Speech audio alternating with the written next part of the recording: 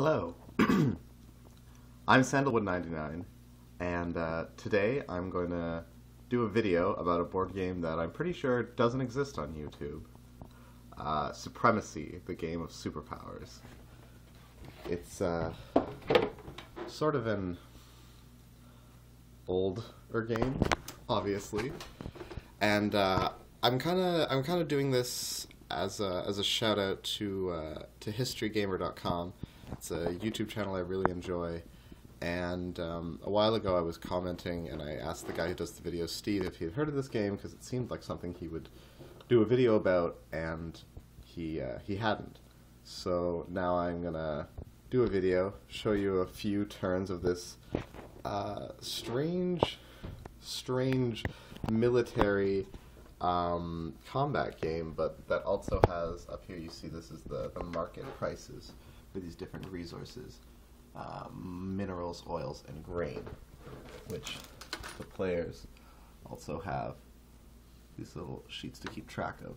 So in the game you'll be spending these resources not only to put units on the board, but also to move them around. And you get these resources from companies. Every sort of superpower starts with 6.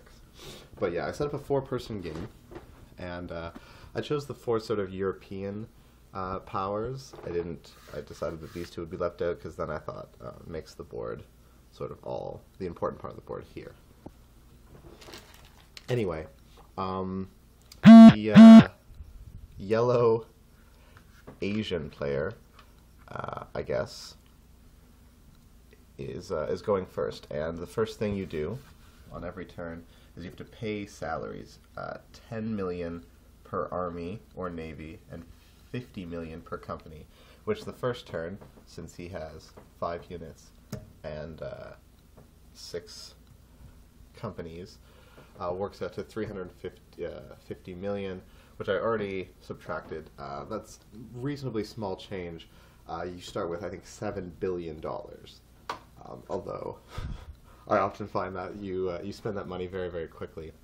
So that step's already done. Step 2 is transfer production units to supply centers, which is a very fancy way of saying you get this number of dots. So again, on the first turn, your companies will add up to 5 of each of the resources. So he gets 5. These little things, they were at 3 to start with at the beginning of the game, and then they go immediately up to 5. And once you do the first 2 steps of a turn, which are mandatory, you can do any 3 of this following things. So this Asian player could, you can't attack on the first turn, but he could sell some of his resource up here, these resources, at the current market price. So right now each unit of anything is worth $500 million. But every time you sell, it goes down 1 space for every unit you sell. So obviously supply and demand, you know, more of a product there is out of the market. When you start selling it, the value goes down. And conversely, in stage 6, you can buy resources, which drives the price back up. So there's sort of a fun meta-gamey concept where you want to try to buy and sell your resources at this right time. But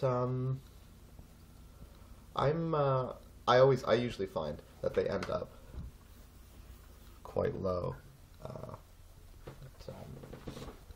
Anyways, he right now he can sell some of his supply, some of his resources. So we'll say that he doesn't really think he'll need mineral, so he'll sell 2 units. 1, 2, 3 actually.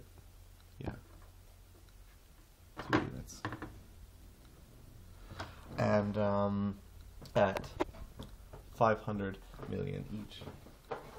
That is, I'll get the box with the actual money in it.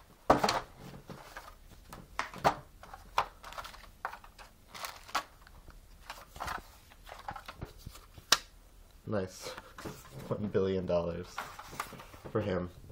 And that drives the price of minerals down to 200. So he's done that. He can't attack, but he can move his units. And movement is also determined by these resources, obviously. See, each army may march for 1 unit per territory or fly anywhere for 2 oil units. So, this Eurasian player decides that he wants to spend 1, 2 grain to march those units there, and he'll use 2 oil to fly to Indochina. There you go. So he's now got 6 in each resource. And he's done 2 things. He sold and he moved. So we can only do one of these 2 things. Build forces or prospect for resources. So we'll say that he decides to build some of these. You'll notice that there are nukes and L-stars. You can't build these right away. You have to research them. And you can't research them on the first turn.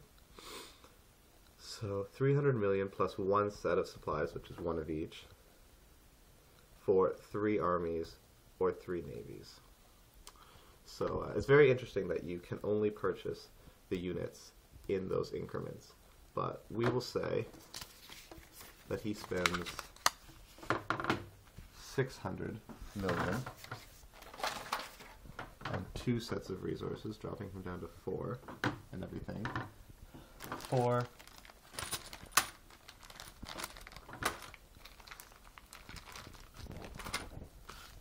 Now I'm rather embarrassed.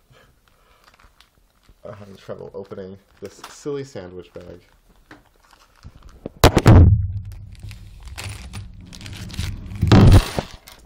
Well, that was a tad unprofessional, but what'd you expect?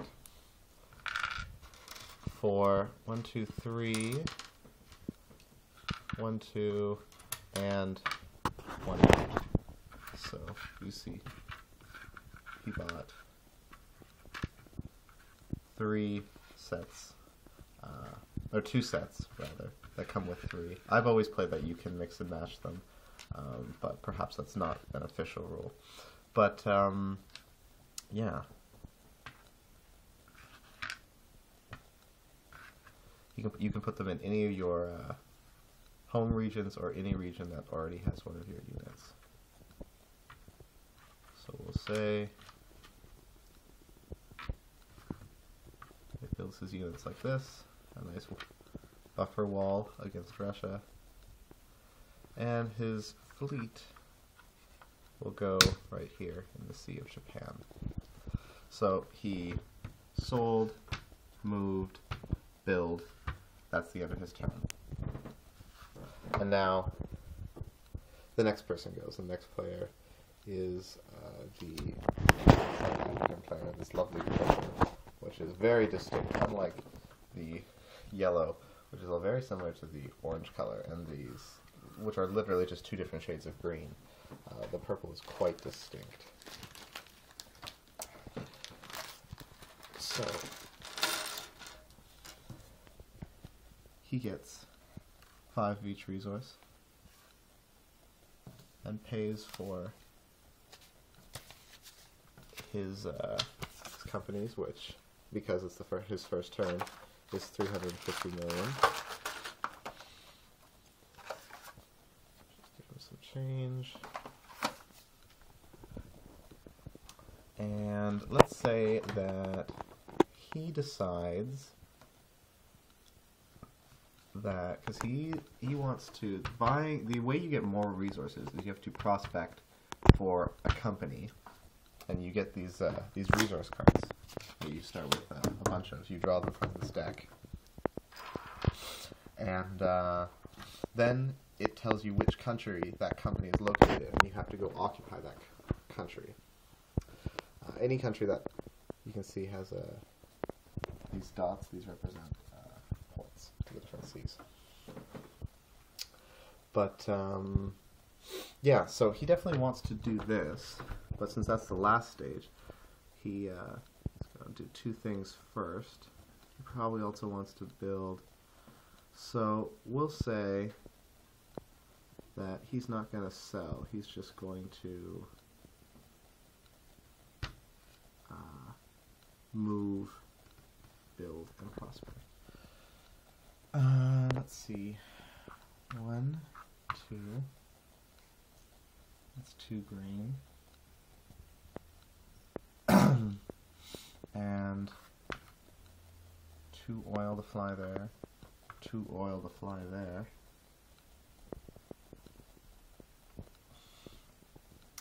That's moving, and now building. He definitely wants, oh yeah, let's go for 2 sets. So, I paid for 2 sets there. 2 of each resource for 6 units, which he will split up into 3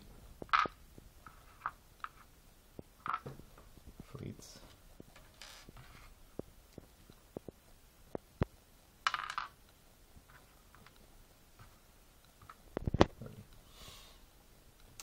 And then he still has the buy resources or prospect resources. So the way prospecting works is he picks a resource type. In this type it'll be oil, and we turn over cards one at a time. Ooh. Till we get one. And then he pays 200 times the number of cards. 2, 4, 6, 8, 6, 8. And he keeps this card face down. Although everyone has seen that it's an oil card, but once he picks it up, he keeps it face down. And now he owns this company in Indonesia. Right there. And if he can occupy it, he can get that country. So so that's kind of how it works. Is you go out and you take over the places that have the company that build the resources, and then you try to wipe the other people out. I don't have a insanely favorable opinion about the game. I think there's a lot of it that feels pretty wonky, and it's like, oh, that doesn't really, like, I've always felt that it just seems really strangely unbalanced. And I had a very one of the I don't know if you saw when I was panning around, but it comes with these little mushroom clouds. If you research nukes, which works very similar to prospecting resources, when you research, you flip through, and occasionally, I'm not gonna of course find one, but occasionally, see, there's one. Then if you draw this card, then you've researched nukes. And L stars, which are even rarer, there's only 2 of in the resource deck. There's 4 nukes. The L stars are like super defense against nukes, and they get, if you have the most L stars, you get an advantage in combat. But these nukes, obviously, they totally wipe out a region, and then that mushroom cloud stays there, so that nothing can ever go there again. And I think if like 10 or some odd get placed on the board, then all the players lose because of nuclear winter, which is funny. But then my friend stockpiled a bunch of nukes and was just like, I'm gonna blow up the world unless you let me win. And I tried for like 3 rounds to think of a way to stop him, and I couldn't really. So it was just sort of. So obviously then I attacked him, and then he blew up the planet. We all lose. I wasn't going to let him win, like a terrorist. But it was a strange sort of experience. Before I end the video, since I don't think you guys want to watch me play this by myself, I will explain a little bit how combat works. So we'll pretend that it's the next round, and this European or Asian player rather wants to attack Russia. So armies in adjacent areas can attack. It costs the regular resource to get into the country, as well as one total resource to one total set of resources to actually get the battle going. So here, if he pays 4 grain to get in there, and then one total set of resources, he can attack with these 4 units. And then the Russian player can either surrender or pay one entire set of resources in order to fight. The attacker gets 1 base die, and the defender gets 2. And then if whoever has the most number of units gets an extra die. So in this case, the attacker has more units and gets an extra die.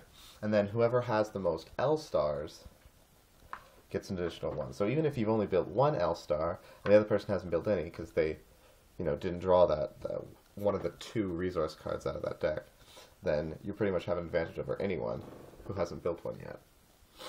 But in this example, obviously the defender has 2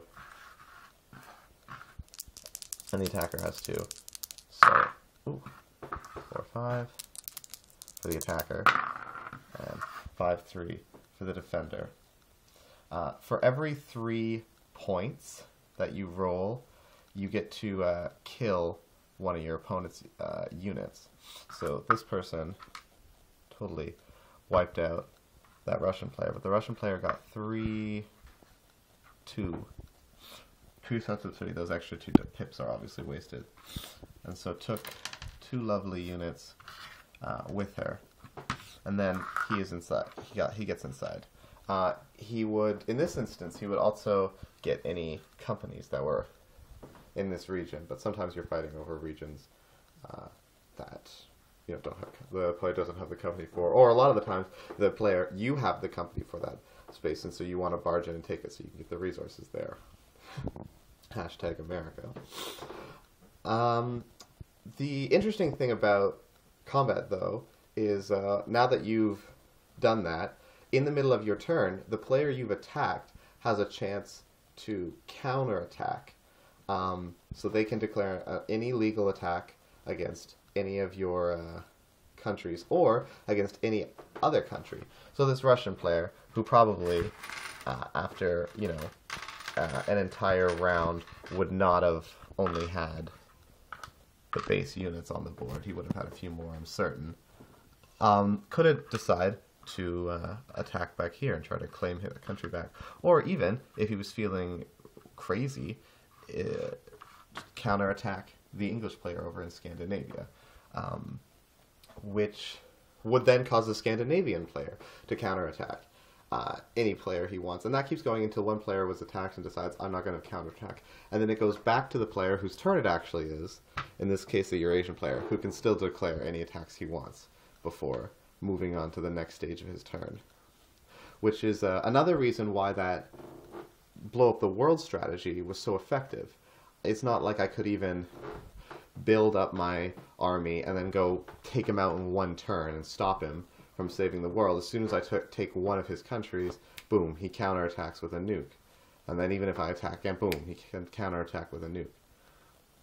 So, so I guess L stars are very important, since when someone fires a nuke at you, the L star gets to roll, and if he gets anything but a 6, the L star blows up the nuke, and it doesn't go off.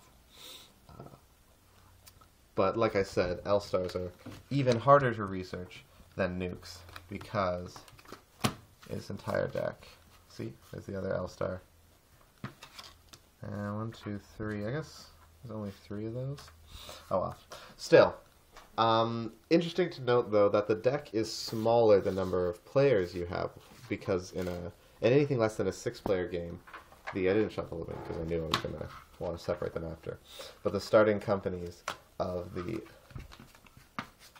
other players' countries end up in the deck, which makes researching that shit, pardon my language, makes researching the nukes and L-stars even more expensive, because they're not going to come up as often, because the deck is, in this case, 12 cards larger. If you're playing with only 3 players, 18 cards larger.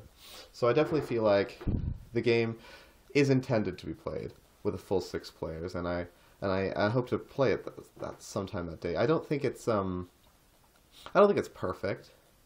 I think, it's pretty, honestly, I want to say it's bare bones, but it's just sort of like it's a weird, I don't know. It feels very unplay-tested, I suppose.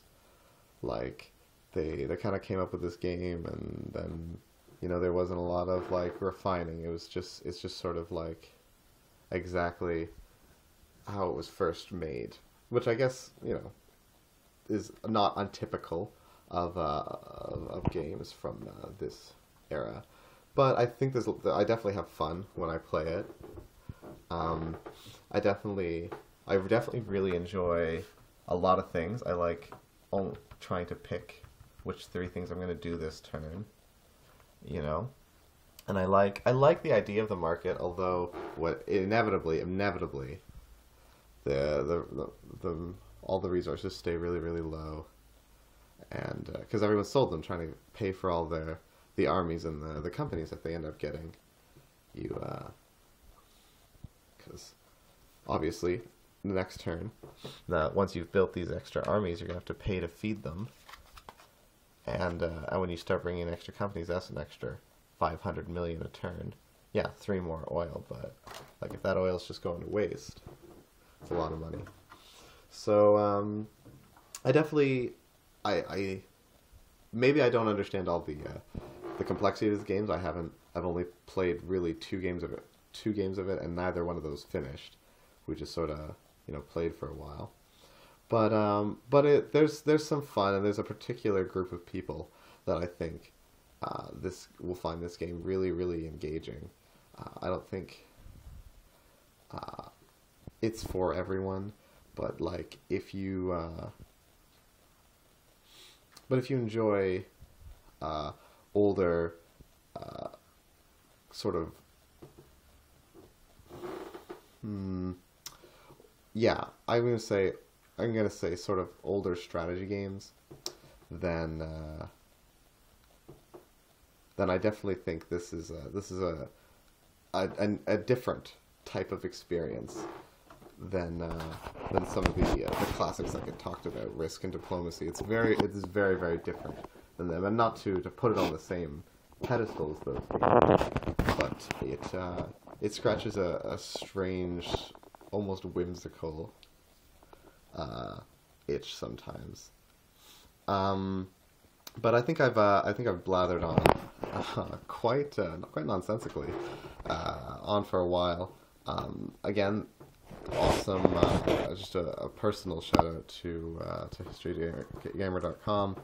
I'm not affiliated with them in any sort of neat way, but I am a big fan, and I do know that this is the type of game that they would cover. And I'm sure I didn't give it the same zeal and shininess that HistoryGamer.com and Steve Payne would give it, but I think I did my best.